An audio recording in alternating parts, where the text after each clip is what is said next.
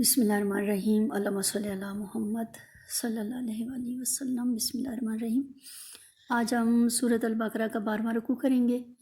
اور دیکھ لیتے ہیں ابھی اس کو۔ اعوذ باللہ من الشیطان الرجیم، بسم اللہ الرحمن الرحیم۔ قل اے محمد صلی اللہ علیہ وسلم کہہ دیجئے، من کان عدو لجبریل، جو جبرائیل علیہ السلام کا دشمن ہو، فإنہ پس اس نے تو نزلہ علی قلبک بإذن اللہ، قرآن پاک محمد صلی اللہ علیہ وسلم کے یعنی کہ محمد صلی اللہ علیہ وسلم کے قلب مبارک پر نازل کیا ہے اللہ کے حکم سے۔ مصدقا لما بینا، مصدقاً قرآن تو تصدیق کرتا ہے، مصدق ہے لما اس کی جو بین یدئی ان کے پاس ہے، وہدن اور ہدایت ہے، وبشرا اور خوشخبری ہے، للمؤمنین مومنوں کے لیے۔ میں تشریح تو زیادہ نہیں کرتی ہوں، تھوڑا سا جسٹ جتنا سمجھانے کے لیے کافی ہوتا ہے اتنا میں بتا دیتی ہوں۔ بنی اسرائیل جو کہ نبی صلی اللہ علیہ وسلم کا انتظار کر رہے تھے ایک عرصے سے کہ کب حضرت محمد صلی اللہ علیہ وسلم تشریف لائیں گے، جو آخری نبی کی نشانیاں اور جو پیشن گوئی ان کی کتابوں میں تھی، تو وہ مدینہ میں آباد ہو گئے تھے۔ اپنے علم کی بنیاد پہ انہوں نے یہ اندازہ لگایا کہ یہ وہ جگہ ہوگی جہاں حضرت محمد صلی اللہ علیہ وسلم تشریف لائیں گے جب ہجرت کر کے آئیں گے، جب انہیں ستایا جائے گا۔ تو یہ اس وجہ سے کہ ہم یا ہماری نسلیں ان کی مدد کریں گی، وہ اس جگہ آباد ہو گئے۔ لیکن جب نبی صلی اللہ علیہ وسلم تشریف لائے، وہ ہم پچھلے رکوع میں پڑھ چکے تھے کہ جب نبی صلی اللہ علیہ وسلم تشریف لائے اور انہوں نے پہچان بھی لیا کہ یہ آخری نبی ہیں، تو اپنی بغض کی وجہ سے انکار کیا۔ اب وہ نہ صرف نبی صلی اللہ علیہ وسلم کا انہوں نے انکار کیا، وہ جبریل علیہ السلام کے بھی دشمن ہو گئے، اور ان کی جو دشمنی کی وجہ تھی وہ یہ کہ بنی اسرائیل کی بجائے بنو اسماعیل کے ایک شخص پر کیوں اس نے وحی لے کے آئی ہے۔ تو اللہ تعالیٰ یہ فرما رہے ہیں کہ وہی تو وہ اللہ کے حکم سے لے کے آیا ہے، اب اللہ جس کی طرف بھیجے گا جبریل تو اسی کی طرف لے کے جائے گا۔ یہ تو نہیں ہو سکتا کہ اللہ جبریل علیہ السلام کو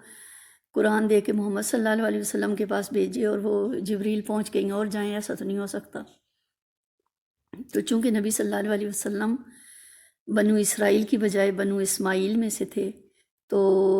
جو بنی اسرائیل تھے وہ نہ صرف نبی صلی اللہ علیہ وسلم کے دشمن ہو گئے، وہ حضرت جبریل علیہ السلام کے بھی دشمن ہو گئے۔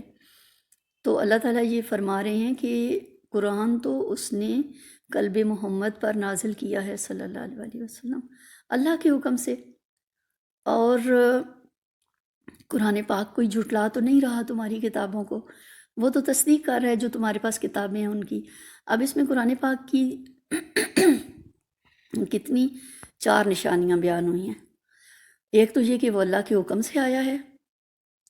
دوسرا یہ کہ وہ تصدیق کرتا ہے تورات انجیل زبور کی، اور تیسری یہ کہ وہ ہدایت ہے، چوتھی خصوصیت یہ کہ وہ خوشخبری ہے ایمان لانے والوں کے لیے۔ ٹھیک ہے، آگے پھر دوبارہ کیا بیان فرمایا جا رہا ہے؟ من کان عدو للہ، جو اللہ کا دشمن ہو، و ملائکاتہ ہی اور اللہ کے فرشتوں کا، و رسولہ ہی اور اللہ کے رسولوں کا، و جبریلا اور جبریل علیہ السلام کا، و میکالا اور میکائیل علیہ السلام کا۔ یہ ملائکہ میں جبریل اور میکائیل بھی شامل ہو گئے تھے،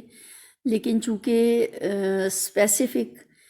ذکر ان کے ساتھ دشمنی کا تھا بنی اسرائیل کے جو حالات تھے اس میں، تو ان کا ذکر الگ سے فرمایا ہے۔ جو کوئی دشمن ہو اللہ کا، اس کے فرشتوں، اس کے رسولوں، جبریل اور میکائیل علیہ السلام کا، تو فإن اللہ عدو للکافرین، تو اللہ تعالیٰ پھر ایسے کافروں کا خود دشمن ہے۔ وَلَقَدْ أَنزَلْنَا إِلَيْكَ آيَاتٍ بَيِّنَاتٍ، اور تحقیق کہ ہم نے آپ کی طرف واضح نشانیاں اتاری ہیں،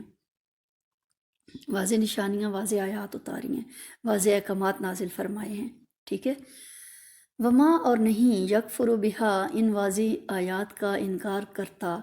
اور ان واضح آیات کا بہا، ہا سے مراد یہاں پہ آیات ہیں، ٹھیک ہے، اس کا انکار نہیں کرتا، مطلب ان آیات کا انکار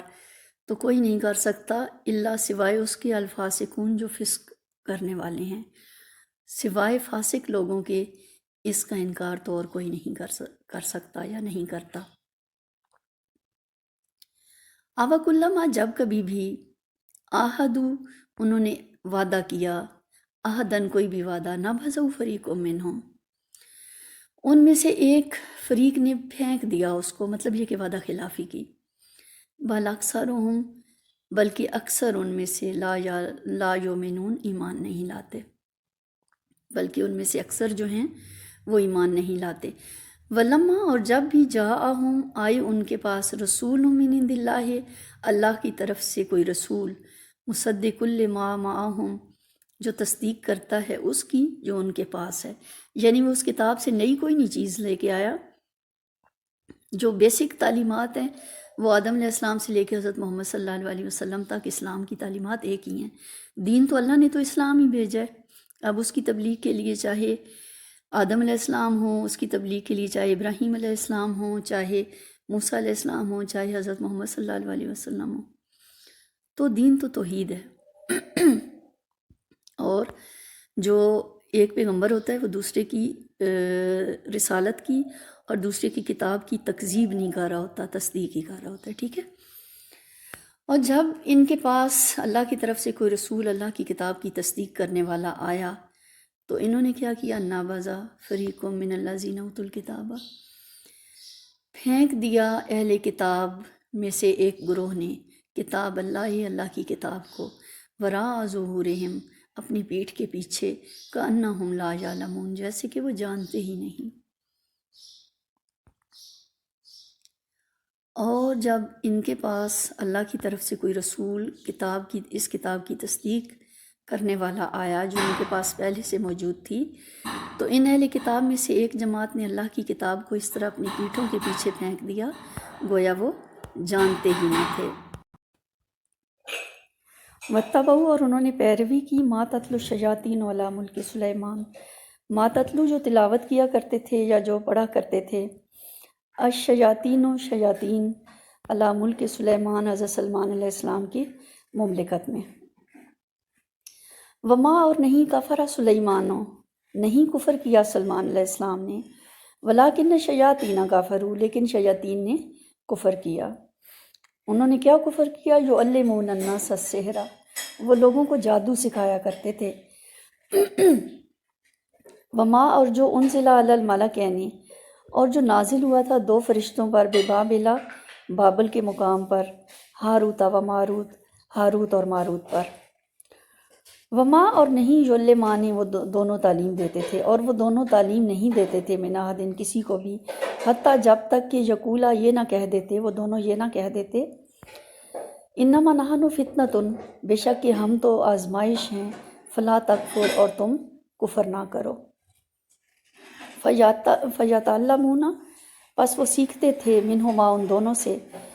ما ایسی چیز یعنی ایسی چیز سیکھا کرتے تھے، ما یفرقون جو جدائی ڈال دیتی ہے بہی اس کے ذریعے، بین المرء مرد کے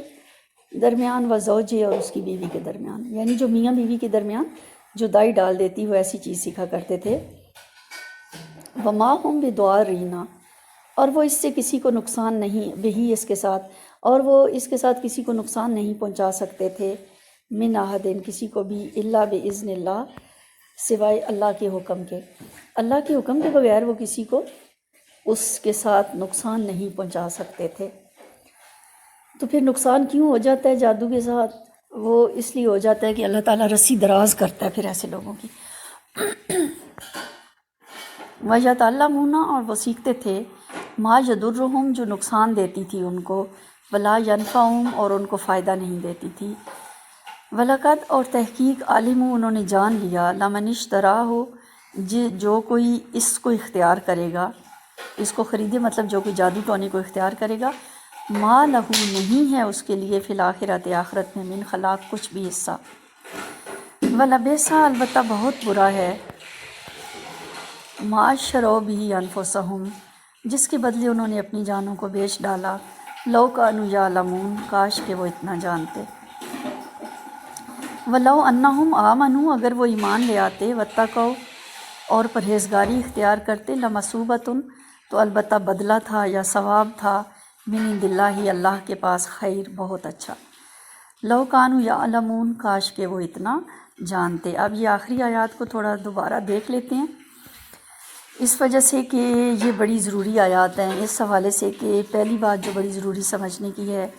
وہ یہ ہے کہ اس میں ان آیات میں اللہ تعالیٰ جادو ٹونے کو کفر قرار دے رہے ہیں،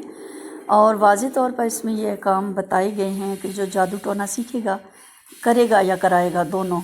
اس کا آخرت میں کوئی حصہ نہیں ہے۔ مطلب اپنی آخرت قربان کر دی۔ پھر اللہ یہ بھی بتا رہے ہیں کہ بڑا برا ہے جس کے ساتھ جس کے لیے انہوں نے خود کو بیچ ڈالا، مطلب اپنی آخرت قربان کر دی، اپنی ہمیشہ رہنے والی زندگی میں جہنم اختیار کر لیا، تو وہ چیز بڑی بری ہے۔ تو دیکھیں، بسم اللہ الرحمن الرحیم، وَاتَّبَعُوا مَا تَتْلُو الشَّيَاطِينُ عَلَىٰ مُلْكِ سلیمان، انہوں نے اس چیز کی پیروی کی جو شیاطین پڑھا کرتے تھے سلمان علیہ السلام کے دور میں۔ آپ دیکھیں سلمان علیہ السلام کے دور میں جو کچھ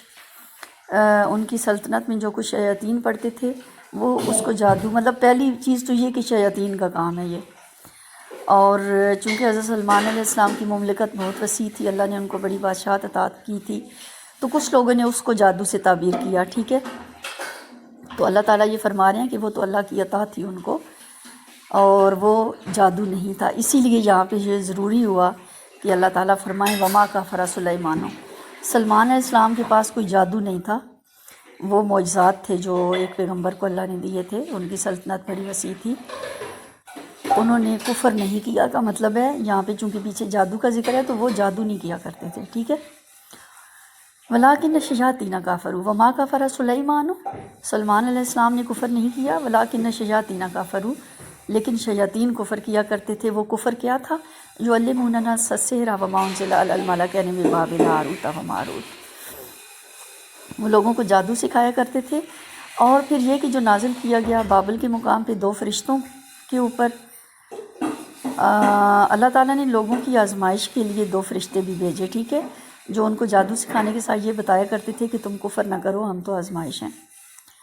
وما یعلمان من احد حتی یقولا انما نحن فتنۃ فلا تکفر، اور وہ دونوں کسی کو بھی نہیں سکھایا کرتے تھے جب تک یہ نہ کہہ دیتے کہ تم کفر نہ کرو، ہم تو اللہ کی طرف سے آزمائش کے طور پہ بھیجے گئے۔ فَيَتَعَلَّمُونَ مِنْهُمَا مَا يُفَرِّقُونَ بِهِ بَيْنَ الْمَرْءِ وَزَوْجِهِ، لوگ ان سے یہ ایسی چیز سیکھنے آیا کرتے تھے جس کے ذریعے وہ میاں بیوی میں جدائی ڈال دیں۔ وَمَا هُمْ بِضَارِّينَ بِهِ مِنْ أَحَدٍ إِلَّا بِإِذْنِ اللَّهِ، اور وہ اس سے اللہ کے حکم کے بغیر کسی کو نقصان نہیں پہنچا سکتے تھے۔ وَيَتَعَلَّمُونَ مَا يَضُرُّهُمْ وَلَا يَنفَعُهُمْ، اور ویسی چیز سیکھتے تھے جو ان کو نقصان ہی دیتی، ان کو نفع نہ دیتی تھی۔ وَلَقَدْ عَلِمُوا لَمَنِ اشْتَرَاهُ مَا لَهُ فِي الْآخِرَةِ مِنْ خَلَاقٍ، اور البتہ انہیں خوب اچھی طرح معلوم تھا کہ جو اس کو اختیار کرے گا، اس جادو ٹونے کو اختیار کرے گا، اس کا آخرت میں کوئی حصہ نہیں ہے۔ اب جیسے ہم مسلمانوں کو بھی معلوم ہے کہ دیکھیں واضح طور پہ قرآن کہہ رہا ہے، یا تو ہم کہیں کہ نعوذ باللہ قرآن پہ ہمارا ایمان نہیں ہے۔ جب ہمارا ایمان ہے اور ہم قرآن پاک کے ایک ایک لفظ کو سچ سمجھتے ہیں، سچا ہونے کا یقین رکھتے ہیں، تو پھر ہم کیوں جادو ٹونا کرتے ہیں؟ دیکھیں جب قرآن اس کو کفر کہہ رہا ہے، جب قرآن یہ اعلان کر رہا ہے کہ آخرت میں کوئی ایسا نہیں ہے جو جادو ٹونا اختیار کرے، وَلَبِئْسَ مَا شَرَوْا بِهِ أَنفُسَهُمْ، اور وہ بڑی بری چیز ہے جس کے بدلے انہوں نے اپنی جانوں کو بیچا۔ لَوْ كَانُوا يَعْلَمُونَ، کاش وہ اتنا جانتے، کاش وہ اس بات کو سمجھ جاتے کہ یہ ایسا ہے۔ وَلَوْ أَنَّهُمْ آمَنُوا وَاتَّقَوْا لَمَثُوبَةٌ مِّنْ عِندِ اللَّهِ خَيْرٌ لَوْ كَانُوا يَعْلَمُونَ، اگر وہ ایمان لاتے اور پرہیزگاری اختیار کرتے تو اللہ تعالیٰ کے ہاں اس کا بہت ثواب ملتا،